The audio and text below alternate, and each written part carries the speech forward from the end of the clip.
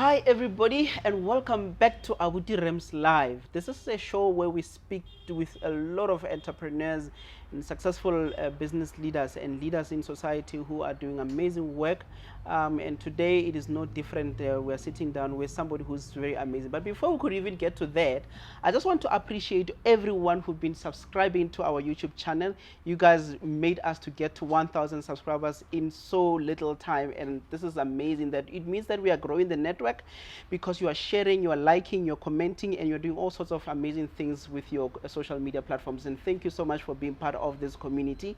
We'll be bringing you a lot of great content. And so today we're going to be sitting down with Mr. Lebogang Mokubela, who is the founder of LEMOK Group, and also somebody who's doing something revolutionary. And I want us to talk about that in the later on the show. So thank you so much, guys, for tuning in.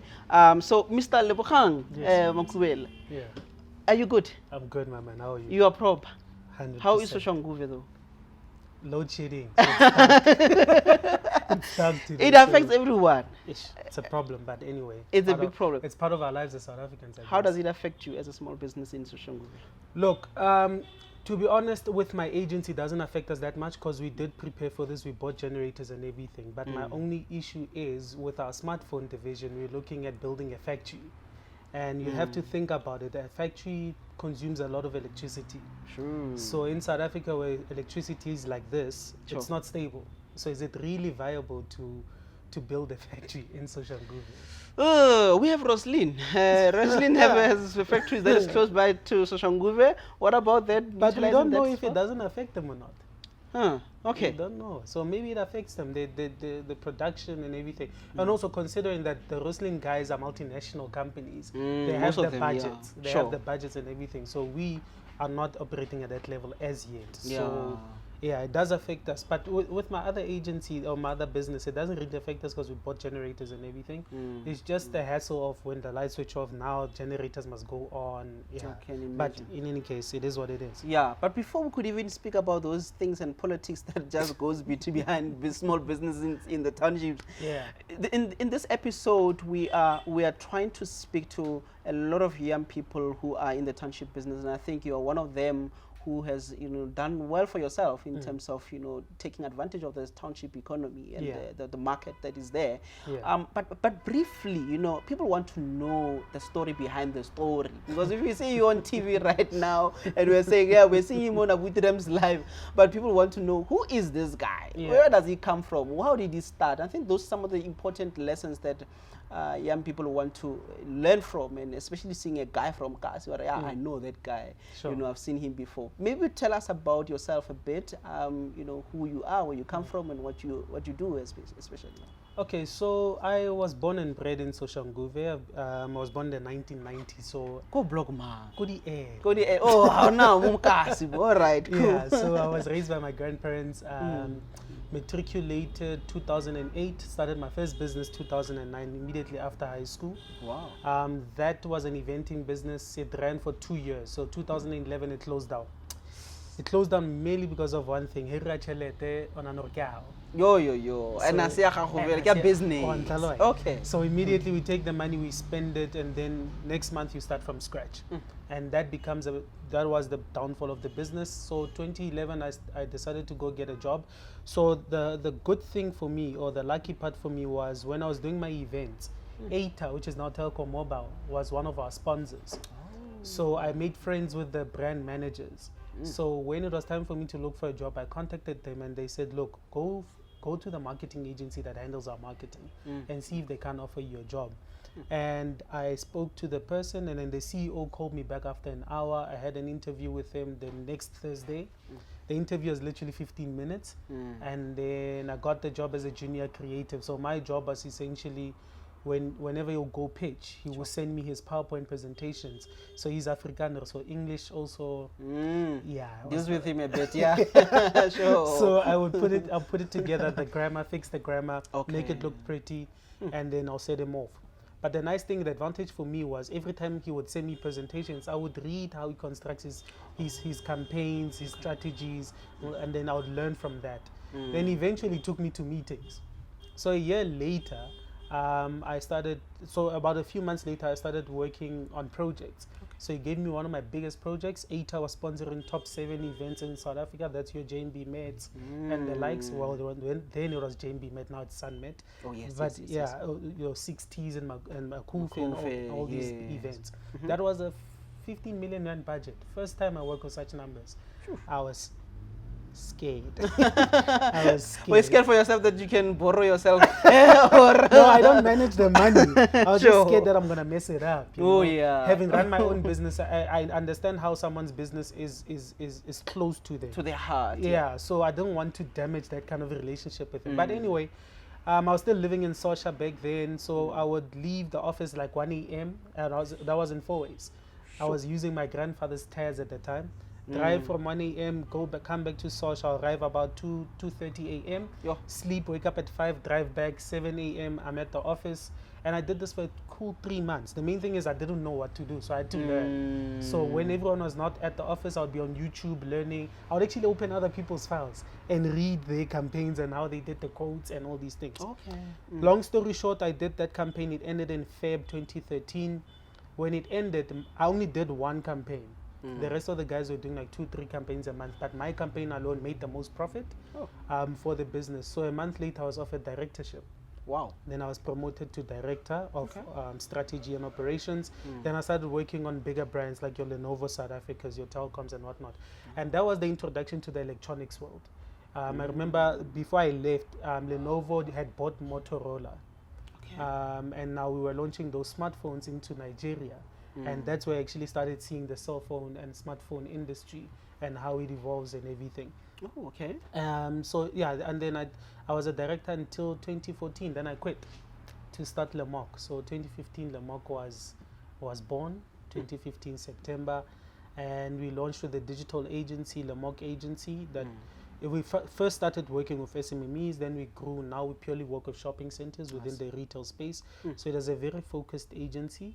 And then recently we launched the smartphone division. Goodness. How did you go about starting an agency, especially in Kasi? Because we know when we talk about agencies, we go to your Sentin, we go to your Midrand and whatnot. Yeah, sure. How did that go about?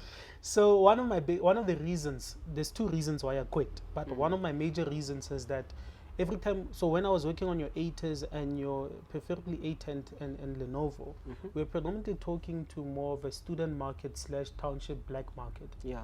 My major frustration is that every time the team would come up with concept, because to be honest, I was the only black person on the team. Oh, okay. So I realized that the concept was like, let's set up a stage, let's make them dance and then give them freebies, give them a lanyard, a stress ball, then they will buy, you know.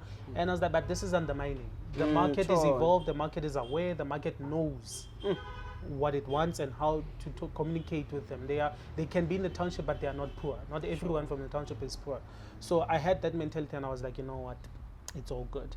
So when I quit, my major thing was, okay, I'm going to start a company, a township agency that goes in depth in understanding the township economy.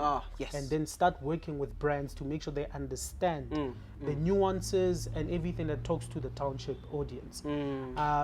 So as we evolved into talking to shopping centers, because now your property companies are now moving into your townships. So in Soshanguve Crossing, you see the Mamelodi has Mams Mall that recently opened. You go to Groblersdal, which is more your rural areas, there's Groblersdal Mall. So there's less development in the urban areas like your centers and more development in your township economies.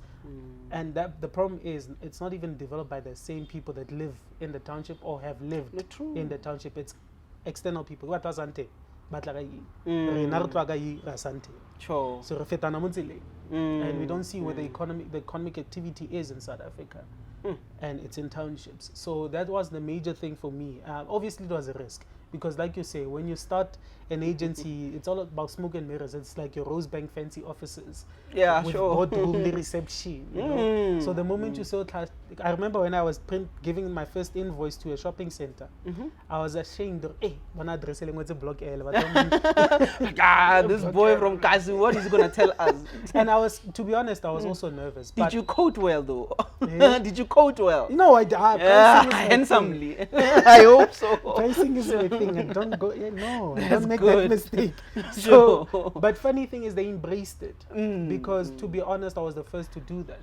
Sure. And also, to be honest, the level of the quality of work did, because I think the problem. Meshed. Yeah, I think the problem is people, when they think township agency, they think substandard. They think, you know, someone who still uses Coral Draw or something like that. Sure.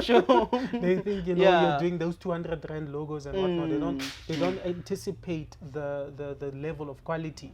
So when we came with the work, and they're like, okay, township work, and it worked for us. We, to be honest, the word spread out. Even certain malls that are clients, we never pitched. They came to us. Proper. So that worked to our advantage. So yeah, that's how we started the agency. But then tell me, if you are a LEMOK Group and also the LEMOK agency, and you are building these brands, I mean, and a lot of entrepreneurs right now, I'm speaking about building their own brands. I mean, as an agency, you probably get a lot of clients saying, which are small businesses, coming to you and say, like, we want to build our own brands. What are some of the things that you can share with, you know, the audience at home who are watching right now, small businesses, and say that I want to establish a brand? What does it take to actually establish a brand?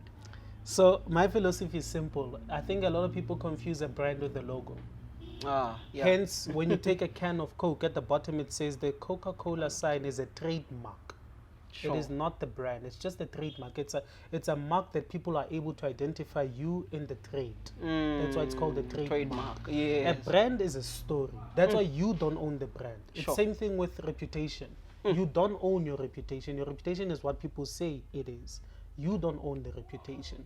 Your job is to depict a certain image to the audience so that they can derive a reputation out of you based on that.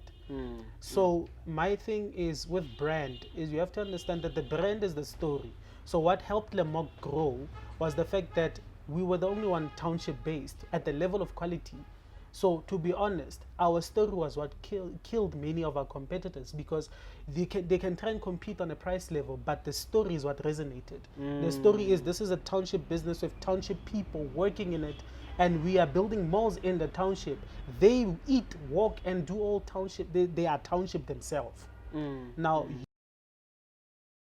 statistics, they have an understanding based on culture. So that is the story that we went in with, and therefore you can't compete with me as a white agency. You can only try and discredit me on a price. But price doesn't matter when the story is real. That's why people that understand the story of Louis Vuitton don't care about price. The people that understand the story of Lamborghini, they don't care about price. Price competitiveness is the lack of brand story. That's why we compete on price. How do I build a storyline? You have to find what is unique about you. Because often at times when we talk about uniqueness, we look at the product, but sometimes even your surroundings, township. Who would have thought in a township a guy would build a cell phone brand? No, true. Who would have thought? One day we'll be driving on these roads in sports cars that were made by a township entrepreneur. Sure. Of course. You know? But that's the thing. That's where the story is. Nowhere in the world does anyone have that narrative. Nowhere. Nowhere. So your brand starts with what is unique to you. So logo, it's not the bigger thing. No, the logo is not the brand. It's a trademark. Just a trademark, just to identify you in the look, you still have to invest in it. Of course. We're not saying get a logo that just doesn't work. That's why your Pepsis and whatnot are spending millions of dollars on the logo. You still have to look at the logo and because it's an identification mark. It's almost like your dress code. You dress the way you dress the way you want to be addressed. Of course, yeah, it's kind of vibe. So the logo is important. It's an identifier. But it's not the brand. A lot of entrepreneurs right now, they will approach you saying that I need a website, I need to get my website done and whatnot. And I think we have seen a trend right now in terms of digital marketing, and you are a digital agency, that a lot of marketing that it is done even by big corporates right now, it's digital. We're going digital. What advice can you give to small enterprises, small businesses that are in the townships to not think about having a website? Not to say that it's not an important element of your company or your brand itself, but how can they take advantage of the digital marketing and get clients? I know that you spoke about referrals, that a lot of people were now referring you because of the great work that you have done. But furthermore, you need to do your marketing. What advice can you give to those? So first and foremost, with digital marketing, specifically on social media, one thing I've learned is that people rush to open a Facebook page and a Twitter page and an Instagram page because those are the popular platforms. But to be honest, you have to look at the audience you're talking to. Okay. Like LEMOK agency, our Facebook page and our Instagram and whatnot, they are just there to inspire. We don't get customers out of there because we know our customers are not there. So you have to know where your customers are. Customers are on LinkedIn. Okay. So you have to know where your customers are, and if you're going to have all these platforms, it mustn't be a one-size-fits-all strategy. It's almost like with LIBRA, the smartphone. The campaign, we launched this phone on Twitter. It was a purely Twitter campaign, although we had the other platforms. And purely because of Twitter, we sold out on launch day. And that's the power of social media. But you have to know why you are on a platform, because we wanted the conversation. We wanted the conversation around the first smartphone out of a Township brand, out of a Township company. We wanted conversation. So on Facebook, the conversation was not going to gain traction. The conversation was going to gain traction on Twitter. So we chose Twitter as that platform to carry the conversation. So when you go into social media, it's not just about Facebook as the biggest or whatever. It's about the audience that you're talking to. Number one is actually, first and foremost, do you understand who you're talking to? Because I feel like that's where the problem lies. Who is your customer? Anyone who has money, then you have a problem. Something controversial, Lebza. We are always told of the first black, the first township, the first, do people still buy into that story? Is it a good storyline? I think they do. Look, it's not a storyline that lasts forever. Of course, because at the end of the day, you won't be the first afterwards. But when you launch, it's almost like with Batu. Batu was the first sneaker brand by a Township guy, Theo from Tembisa, I think. What about Loction Culture? You see, that's the thing. Did he go with that storyline? That's the problem. Hence, I was saying brand is story. Yes. Whatever storyline you're going for, that's the storyline that sticks. How do you maintain the storyline 5 years down the line? When the story has to evolve. Just like Batu. Batu, they're no longer saying the first shoe by a Township guy. They are using now the Township element in their advertising. So the story evolves. You can't keep the story on the same place. The same way you evolve.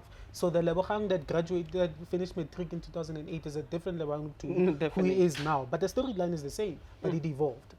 So you have to evolve as well with the brand. So yes, the first case in point, it is a thing. To be honest, it is a thing. We see it with Kasi Mobile as well. People, apart from the data prices, people are like, whoa, what network Kasi? First, and also there's an aspirational and inspirational element. Yes. So because actually business it's simple. So now we're saying, look, now we're saying, look, guys, actually you can do more and actually be active in the main economy, the mainstream economy, not just your secondary, tertiary economies, your mainstream economy, being in the township. So the storyline has many aspects to it, but also must mature along the way. Wow, guys, if you're watching this interview right now on YouTube, wherever you are in the world, guess what? We are doing this interview right in Soshanguve, the home of Spatlu. Where we know that a lot of people have been competing about this thing. Who started what first? Kota or against Spatlu? But guess what? This Kota issue here started in Soshanguve. We call it Spatlu. And if you guys don't know what Spatlu is, please Google. I'm not going to share with you. But we are in conversation with Lebogang. Right now we're going to be talking more about the new baby that he has in store for us. And I think as young people, as entrepreneurs who are coming from the ECASs, the different townships that are there in South Africa and also other areas in the continent, he's going to be sharing his story of developing the first Kasi mobile that we have right now, which we call LIBRA. And I'm interested to also find out as to why he called it LIBRA out of all the names. That's something that we're going to talk about as well. But if you are watching this, please subscribe to the YouTube channel. Please like and comment and give us your views so that we can hear what you think about this platform and also other videos. You must check them out and share them with your friends and let them know that we are here. It is Abuti Rams Live. So, Abuti Lebza, You when was it, on 29th or 25th last month? Was it December, where you launched LIBRA? The 18th. 18th, right? The 18th. You launched LIBRA. First of all, what is LIBRA and how did you come up with that name? Because now I'm just thinking of star signs already. Yeah, no, it is connected. Okay, let's twofold. Number one, I'm a Libra. Okay. But okay. number two, when you look at the sign, Libra. Yes. It has those scales. Okay. Oh yes, yes. Like the normal star sign, not the logo, Libra. Like yes, It has those scales. Those scales are also used in the justice system. They're basically meant for bringing about balance. Yeah. That's why you see in the Libra logo, the A is actually the triangle that symbolizes one of those scales. Oh. So it's about bringing about a balance, because like I said, I work with shopping centers in my other company. Sure. And Black Friday is always the best for shopping centers. My biggest problems ever since I started doing Black Friday campaigns 2017. When you walk into any shop, I don't want to mention names, sure. A retailer Xandi Electronics, Black Friday. Consumer electronics are the biggest thing. So Definitely. People are taking your TVs, like big TVs. Big TVs, yeah. It's about 40,000 or something. Yes. The big TVs, the fridges, the microwaves, they are going for those things, your cell phones. But here's the thing, name one fridge that's South African. None. Sure. Let alone black. Yeah. That's the problem. Sure. So LIBRA is first and foremost the conversation about bringing about that balance. Where we're not saying, oh, let's move away from international, we need them, it's fine. Sure. But can we get into a retailer and 50% Daddy TV is South African brands, 50% can be your international brands. The pie is too big for everyone to work. But the problem now is we are not thinking along those lines, Hence we're talking about the we are not thinking along those lines. So LIBRA for me was a narrative to say, hence the name. It's a narrative of bringing about balance, to say it's not going to take LIBRA alone. We're saying let's all of us, we can even compete, it's fine, as long as we're having South African brands that are sitting there competing against each other, as well as competing against the international guys, and we're going head on. Can we compete? We can. There's nothing stopping What us. makes you stay? Let me give you an example. So the same factory where I'm producing my phone in China is the same factory where that other phone with the apple. You just I mentioned said it. The fruit. Sure. They made the 7 and the 8 in the I don't like factory. the fruit, by the way, yes. Yeah, but Sure. they make it that side. Actually, Okay. when you take that phone and you read at the bottom, it says designed in America and assembled in China. Yep. Same factory. So if I make the same phone, my own phone, in the same factory, that means I can compete with those guys. Sure. Funny thing is, the components are pretty much the same price. Sure. But they charge you how much? Why? I mean, we have had that comparison with also the other one with the H from them and also Taiwan. But what makes LIBRA unique from the rest? So with LIBRA, what the mandate for us is one thing. It's an entry-level budget smartphone from a pricing perspective. So any phone that is under 6,000 is within the budget category. But at the same time, giving premium specs. So what we did is standard 128 gigs on board, because we understand what is important to people. Yep. What is important is space, speed, battery, camera. Sure. So we went with a 4.8 battery, so it gives you clean 16 to 24 hours battery life. 128 gigs on board, 4 gig RAM, 2.6 gigahertz processor. So this thing flies. It doesn't just hang. Sure, So sure. at the same time, it's 3,000 It rand. competes. And it's 3,000 rand. Show me any 128 gig that is 3,000 rand. Why is it 3,000 rand and the others are not? That's what I'm saying. That's what I'm saying. Because the pie is too big and the competition is low. As a business person, you're going to take advantage. If I know my pricing is 1 rand and you come to me and say your budget is 100, I'm going to take the 100. Knowing very well that my price is 1 rand. Sure. I'm going to take your 100 because the competition is not there. Sure. We are literally the Chinese and the Koreans and Taiwanese are competing amongst themselves in our country. Yeah. In our continent, they are competing against themselves. Yes. We are not even part of the competition. So that's the thing with LIBRA. Lebza, you don't have a factory in Soshanguve, and you are the manufacturers are in China. How did you go about starting with that process? Did you have to learn Mandarin before? No, what know English, even though it's bad, but you get to understand what they're saying. Yeah. Ne? So I have a friend who has a clothing label. Unfortunately, I can't mention him now because he's touchy. Okay. He's touchy about these things, but he has a clothing brand that's well known, South African brand. Okay. So he used to manufacture that side. Now he manufactures in Cape Town, but he used to manufacture those. So he introduced me to a few people, and then finally I got to the factory that had that could produce what I wanted. Because my major problem is I didn't have billions of rands. So that's how we dealt with it. Lebza, you have a phone, and also you are bringing up also a network as well to support the phone. How's that going? And then how far are you gonna be competing with the likes of the other yellows and the blues and the reds, that are there? Yeah. So how is that going to be? So the thing, so the network we're launching at the end of January. So we are almost there. Okay. So for us to get into the industry, I'm not sure if you have an understanding of the industry, but spectrum is expensive in this country. Yeah, sure. So for us to go in and buy spectrum it's gonna take us a long time. The budget was not there, to be honest. So we are basically partnering with people, therefore we are able to borrow spectrum from the yellows and the blues. Yes, yeah. I just sure. the yellows and the free blues. advert on my channel, guys. Sorry, we cut that one. Okay, sure. Yeah, the yellows and the blues, so that's why even now we so our main aspect is to bring data that's affordable. So bringing data that's affordable is to make sure that our own overheads are low. So when we borrow spectrum, we are just paying a rental fee, essentially. The rental fee is part of the cost of the data. So we are not carrying the cost, therefore the data, it comes low.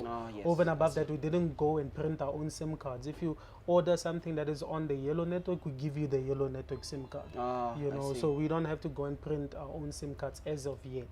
So we are not necessarily competing with those guys. For us, it's about accessibility and value chain. Sure. That's why we created that. There's a value chain around our phone. It's a value chain and around the township economy. Like the interview you did with Kandanum C. Yes. Who buys airtime? Township. Sure. Township. Exactly. Township market is the one that is buying exactly. airtime. So buy the township phone, get the township data, and we have packages like the 10 plus 10 is like about 99 rand. That is about 6 rand 95 a gig. Wow! So that's what we wanted to do. So the strategy is keep overheads low. Sure. That's another advantage of Township. The same office space that I have, if I were to rent in Rosebank, I'll be paying 80 to 90,000 rand. So that's the advantage of being in the Township. You are able to keep your overheads very low. So that's the strategy behind Kasi Mobile. How does 2020 look for you as LEMOK Group, the group of many companies? How does it look for you guys, and what can we expect from 2020 apart from the network and the cell phone that is doing wonders right now? Yeah. No, by the way, guys, you must buy the phone. This is the phone. I have it here. It is true. It is live. There's a phone here. We need to buy it. And if you have money, guys, please buy. Let's buy so many units for even our girlfriends. Sure. No, there's a lot of things happening. Actually, I was talking to my wife last night. I was like, dude, I'm so overwhelmed, and I'm actually at a point where I need to get a PA. I've never understood the concept of a PA, but now I really see that. So, but it's getting there. Over and above the phones and everything, we are launching a franchise model within the LIBRA smartphone thing. Because we want to open up the value chain to other entrepreneurs. So we're going to open like kiosk shops within shopping centers, also utilizing our connections of shopping centers. And then basically other entrepreneurs are able to buy into that and buy the franchise and get the kiosk, run and sell the LIBRA fix. So we're also going to be doing a training thing, over 100 young people that are going to be training to basically in the cell phone repair skill set. So that way it helps us as well. So we're building our own network. So should there be an issue with the phone or whatever, we already have the network of people that can fix it. But also, obviously, we can't hire all 100. So, but at least there's a skills transfer, and those people can go and start their own repair stuff. To be honest, where have you seen a repair shop in Yes. a mall owned by a black Yeah, person. and I was just stressed as well. Hey, Libra, we have to go to China to fix the phone now. What's going to happen? But I'm glad that there's a strategy in place to actually even empower other SMMEs. Yeah, so in local we don't want to Yeah. create the risk of a retail thing, Sure. but also it allows us to open it up to other entrepreneurs. Yeah. So we're doing that and also doing the training. So it's quite an eventful year.